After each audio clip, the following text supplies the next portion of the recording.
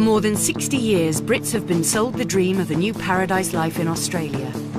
And in Brisbane and the Gold Coast, more than 85,000 were born in the UK.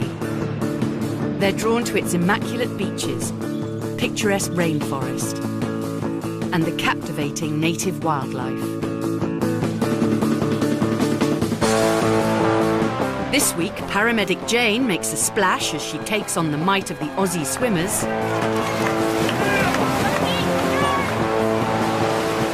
Shop owners Tracy and Neil can't give up their English sporting obsession. We are Neil and Tracy, Arsenal. That's it. And it's feeding time for professional diver Adi.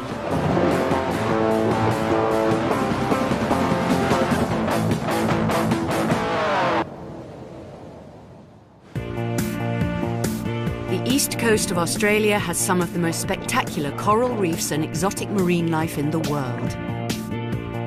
70 miles north of Brisbane is Underwater World, an aquarium and conservation centre dedicated to marine and freshwater animals. Northamptonshire-born professional diver Adi has been working here for 18 months and has developed a real passion for the aquarium's most iconic residents. We've got some really big sharks in there. We've got some grey nurse sharks. These guys are, with three of them, there's a female, she's approaching 13 feet long, so she's a really, really big animal. The tank's got loads of other animals in there. We've got some sandbar whalers. They're a really cool shark. 6 of those guys in the tank. One of them's a boy. His name's Lucky. There's some black tips in there, some white tip reef sharks. Probably the most exciting shark we like people to come and see is our bull shark. He's a juvenile shark. He's only about 1.6 metres, so he's still reasonably young, but he's actually got, he's got a right temperament on him, especially when we do the feeds. One of Adi's most important jobs is to feed the sharks. Some are recovering from illness or injury, and feeding them by hand allows Adi to administer medication and to monitor how much each shark is eating. But a hungry shark is unpredictable, and there's a real risk to the divers. They basically feed from different directions. They can come straight at us where we can see them, or they can change their mind and they can come in from above. So, yeah, the opportunity to get nipped is quite high. We always try and fingers crossed. We don't want to get bitten, but unfortunately when you've got handfuls of fish, you know, and everything wants to eat at the same time, it's part of the job, I guess, part of the job. The sharks and rays get hand-fed every second day. If they didn't, they'd look to the other fish in the tank for dinner, and the aquarium's prize collection would be severely depleted.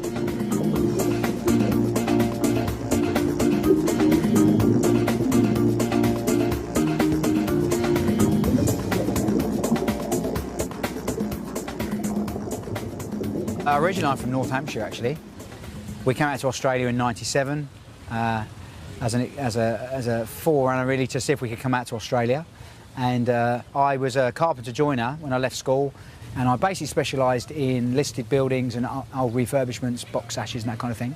And I found myself really yearning to come back out to Australia again, and I knew that to do that I'd need to come out on my skilled working visa. To get a residential visa partly depends on whether applicants have skills important to the economy. Adi got in as a carpenter, but once in Australia, like many expats, he decided to change career. It took me probably 2 years and 2 months from the day I first put my application in to actually getting my visa granted. And I was pretty much put through every single test you could think of. I even had to go do an English test to prove I could speak and write English. The 2 years and 2 months, I have to say, were probably the most stressful things I've ever done. I think I went through every emotion, you know, getting out here. Don't expect to be, like in the UK, given stuff when you arrive. You basically come here and you have to really pull your finger out, get out here and want to do something. Like Adi, paramedic Jane also came to Australia on a skilled work visa. And in her life away from the job, she risks coming face to face with sharks in the wild.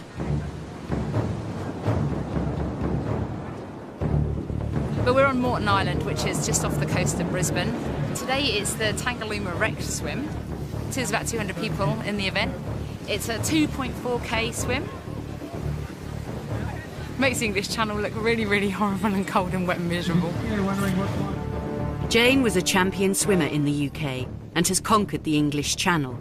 However, she found that long-distance swimming was a minority sport, left to the committed few. There's just so many more people that are like-minded doing these sort of events. It's good. It makes you feel like you're not a minority anymore doing such an event. 3, 2, 1.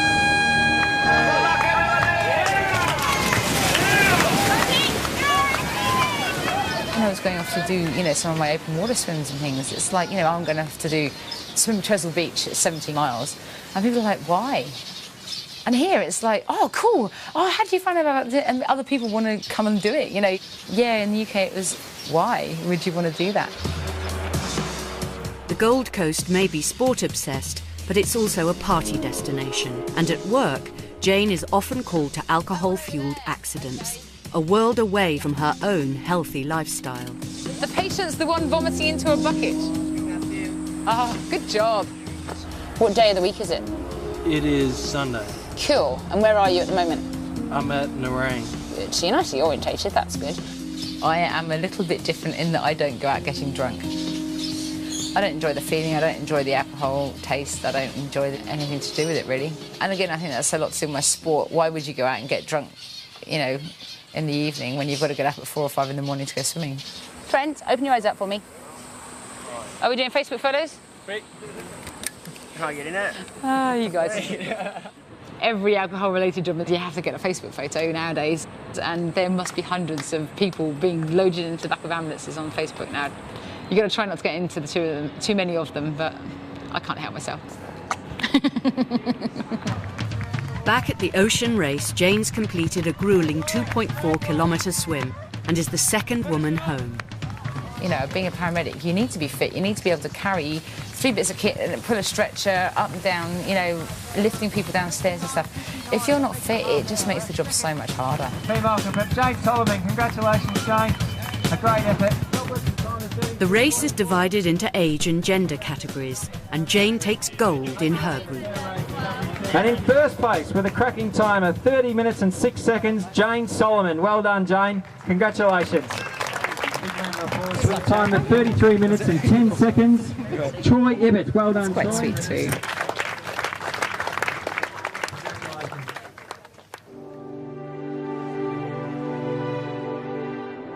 "35 miles south of Brisbane is Coomera, where a couple of expats have set up stall based on their own, very English, sporting obsession. Okay, these are all our Premier League shirts. We've got mostly all the top 8. United, Tottenham, Chelsea, Liverpool, and obviously the Barmy Army stuff for the cricket. Basically both families, Tracy's family and my family, we're all big Arsenal fans, so that's really the only thing that we miss, going to the Arsenal. We left England basically because when I was in England I was working away all the time. I'm a shop fitter, so I would spend, say, 8 months of the year working away. So we came here basically for me to stop doing that and to try and work at home and just basically give ourselves a better life. It's only now that I've got the shop I can sort of take a backward step with the shop fitting. Many expats keep up with the football to maintain a link with life back home. For Tracy, some of her most precious family memories are bound up with Arsenal. It was a family thing. I would go with my dad and my brother from the age of 11. I would meet them outside Arsenal, outside the sweet stand. We would just have great fun. I mean, it was only a couple of hours each week, but it was a connection we had. Everybody that comes here must miss their friends and family, and our friends and family are connected with Arsenal. Since moving to the Gold Coast, Tracy and Neil have bought some land and built a house with an interior sure to puzzle any Aussie visitors. They don't understand what we're talking about when we talk about football. We can't enjoy rugby league, which is the big main sport here, because you feel a bit like you're giving up your roots. It'd be like losing another part of your life. It'd be like moving away all over again. Yeah, that's what it is. We hold on to it just to make our lives simpler, I think. Not so complicated. We are Neil and Tracy, Arsenal. That's it. But with Arsenal in an upcoming Wembley Cup final, home is never going to feel so far away.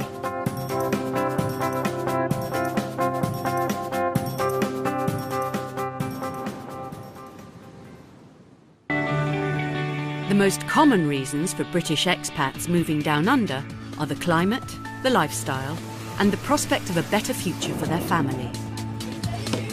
Ah, that's ridiculous. It's a shame the Aussie Test team couldn't do that, anyway. Professional diver Adi has always leaned towards the Aussie way of life. So these are really cool, actually. Everywhere you go in Australia, they have free barbecues. They're just awesome. When me and Sophie got married, we got married on a big old yacht down in Southampton. We actually got a guy in who had a big 6-foot barbecue, and we had a big Caribbean barbecue for our wedding day. So, yeah, I suppose I've been slightly obsessed with barbecues for quite a few years now. I think I was born on the wrong continent, to be honest with you. And now I'm here. I'm pretty sure that's probably true. The move to Australia has been positive for all the family, not least Adi's 2 children, Jasmine and Byron. I'm really impressed with them, you know, even Jasmine. She couldn't swim before we came here. We've been here 2 years, and she is now a super swimmer. In England, they were teaching her with armbands. You never see a kid in Australia with armbands. He's got 4 surfboards. He goes every morning before school. These kids live outside. I've been nice to you now. I've been nice to you.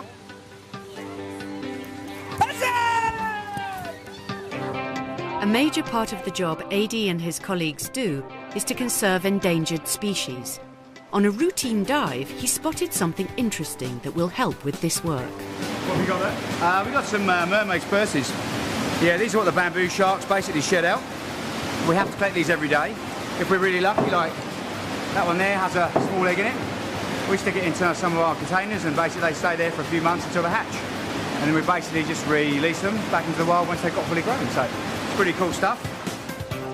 Some species, like these bamboo sharks, will hatch from the mermaid's purse after about 9 months. Other sharks don't lay eggs, but give birth to live young. Freckles is our baby grey nurse shark. She was born just over a year ago, and I was pretty lucky to be in the tank that day. I hadn't been here very long, and to suddenly see a baby shark getting popped out the back of a 12-foot female was pretty incredible, really. As soon as the babies come out, we try and grab them and put them into a safe tank because they'd be prey themselves. I believe that one of the members of the public were tapping on the glass and said, look, I think there's a tail hanging out of that big grey nurse shark. Not really seen before. I don't think it's ever been caught on film either, so we were pretty fortunate to have that. When you're dealing with grey nurse sharks, there's probably, they reckon there's about 500 left. They've been badly treated over the years. They were hunted. You think to keep that species going, we do what we can. The Gold Coast basks in 300 days of sunshine a year, and summer temperatures reach 40 degrees. Getting up at 5 a.m. to avoid the heat may not suit everyone, but it's swimming fanatic Jane's idea of heaven. I came over here when I was 18 and I came actually to train with a swimming squad down in Canberra. So for a start there was 50-metre outdoor swimming pools and it was beautiful weather.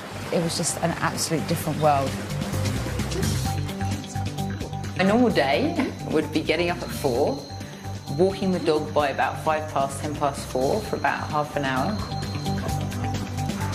aiming to be at the pool by 5, training for an hour and a half, doing about 5 kilometres.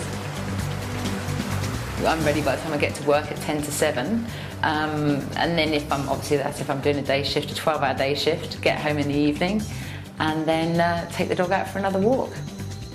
You know, it's not an unusual thing to be doing here, that's the nice thing. You know, I just felt that I fitted in so much better because of that outdoor lifestyle.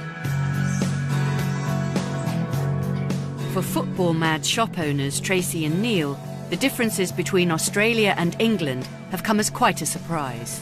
We thought we'd go to an English-speaking place, same morals, same values, so we thought, but it's damn difficult. They've got a completely different mentality. They've got different humour. They don't understand sarcasm. You it's just wasted. Like, you can be you're sarcastic as anything and they go, So it's really hard, which is why most of our friends are from the UK. Today, Tracy and Neil's beloved Arsenal are in the Carling Cup final, and the 10-hour time difference means staying up all night. Hello. They've even invited a supporter of their opponents, Birmingham City, to watch the match. Me being the only blue nose on the Gold Coast, I was just trying to find a place where I can go and watch the game. And yeah, so that's why I'm here. When the kick-off goes, I always get a lump in my throat and a tear in my eye, and I always go, come on, Arsenal. And that was something that my dad always done, and that just tugs at the heartstrings. Come on, Arsenal.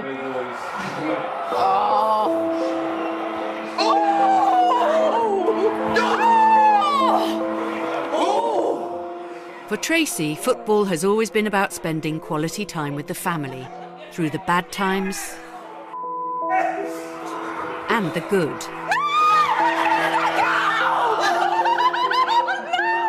In a country indifferent to football, English fans from all sides seek each other out to share their love of the game.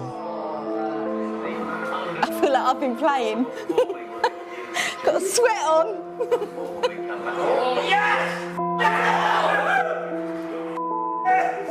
But when Birmingham call time on Arsenal's dream of cup glory, Thrown it away. club allegiances return to the fore. See you later, drive carefully. Why did you invite him then? I didn't. He invited himself. Oh, We don't even know him. that's the difference. You couldn't do that in England. If we had a shop in England selling whatever and we invited, you just wouldn't do it. But it also shows how football isn't supported here, for him to have to come to a stranger's house to watch it, which is really quite nice, isn't it? That you'd rather sit and watch it with the opponents. It's crazy, really. One sport the Aussies do take seriously is swimming, and today Jane is joining in with one of the regular competitions held at her local swimming club in the Gold Coast suburb of Miami. Timekeepers also, please. Would you please take your positions now? Although I love England and, you know, there's a lot of good things about England, for me personally, it wasn't where I wanted to spend the rest of my life. And I was lucky that because I did the whole backpacking thing and I've been over here before, I had, you know, when I was travelling, I did miss a couple of things and went, oh, I just really miss this and I really miss that. And then when I got home, I went, oh, actually, they're not that great. So I'd already got that out of my system before I emigrated.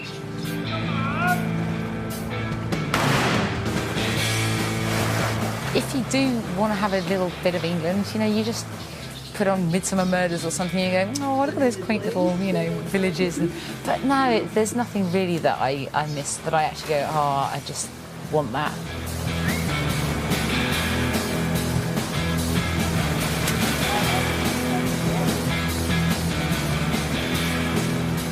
I won, but then I'm about 30 years younger than the next competitor, so I think I'd be quite upset if I hadn't. Active lifestyles help the average Australian live nearly 2 years longer than Brits. At this event, there are races for swimmers in their 70s and 80s. You don't have to be fast, you just got to keep doing something. The Holly is 88. Life underwater in Australia has also inspired Adi. This afternoon, he's preparing for a favourite part of his job, taking paying punters diving with the sharks. If a big grey nurse shark swims up to you like this, it will turn away at the last minute, I promise you, all right? It'll be quite scary to do because they look pretty prehistoric, but just make sure you stay nice and normal. The grey nurse shark is critically endangered on the east coast of Australia. Its razor-sharp teeth constantly fall out and regrow, and an average shark will go through 24,000 teeth every decade.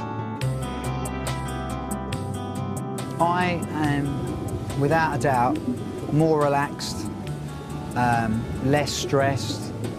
I don't think I was ever financially stable in the UK, even though we had a nice house. And financially, I always seem to be struggling, and I think coming to Australia has relieved that a bit, you know.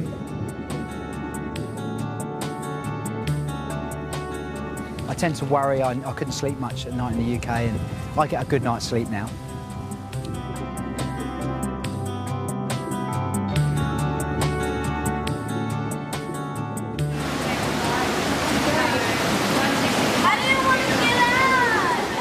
It was amazing. It was so good. It was 100 times better than what I thought it was going to be. I knew it was going to be good, but it was amazing. And I was a lot more calm than I thought I would be. I wasn't freaking out as much. Yeah.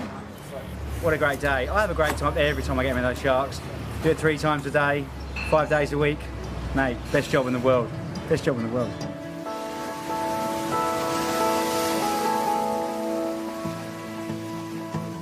How would you like to spend 14 nights in the beautiful Gold Coast of Australia? We'll be sending one lucky family of 4 off to stay in a gorgeous beachfront apartment in Surfers Paradise. You'll be sent on an exciting outback adventure, get up close and personal with the animals at the zoo, and be given £5,000 spending money. To be in with the chance of winning this trip of a lifetime, all you have to do is answer the following question. What is the famous landmark in Sydney? Is it A, the Eiffel Tower, B, the Opera House, or C, the Statue of Liberty? To enter, call 0901 29 39 123. Calls cost no more than £1.03 from BT landlines. Calls from other networks may be higher, and from mobiles will be considerably more. Or text A, B or C to 88444. Texts cost £1 plus 1 standard network rate message. Red button viewers can enter by pressing their red button now. You can also enter for free at itv.com. Entrance must be 18 or over, and lines close at 10 a.m. on the 20th of July 2011. Entries made after closing time will not be counted but may still be charged. Next time, we go behind the scenes at Australia's busiest wildlife hospital with British boss Jonathan. Look at your little cute fluffy one to take home with you, okay? We meet Brummie couple Aid and Lou at their authentic British chippy in the sun. That's how I remember a chip fork in the UK. It's wooden, it's 2-pronged. And we join retirees Barbara and Graham as they hit the high notes down under. I just feel as if I'm an Australian by birth who got lost in the post. Can't quite put my finger on something not right. You got here just in the nick of time, Miss Marple. Doing it again. What? Dicing with death. Agatha Christie's Marple is back on the case with another murder mystery. Why didn't they ask Evans is the question next this evening.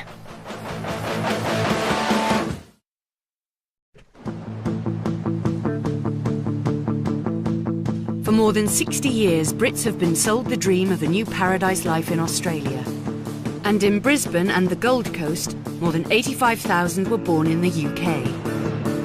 They're drawn to its immaculate beaches, picturesque rainforest, and the captivating native wildlife.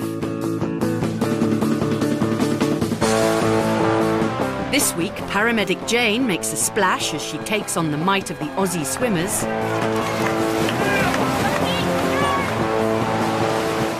Shop owners Tracy and Neil can't give up their English sporting obsession. We are Neil and Tracy, Arsenal. That's it. And it's feeding time for professional diver Adi.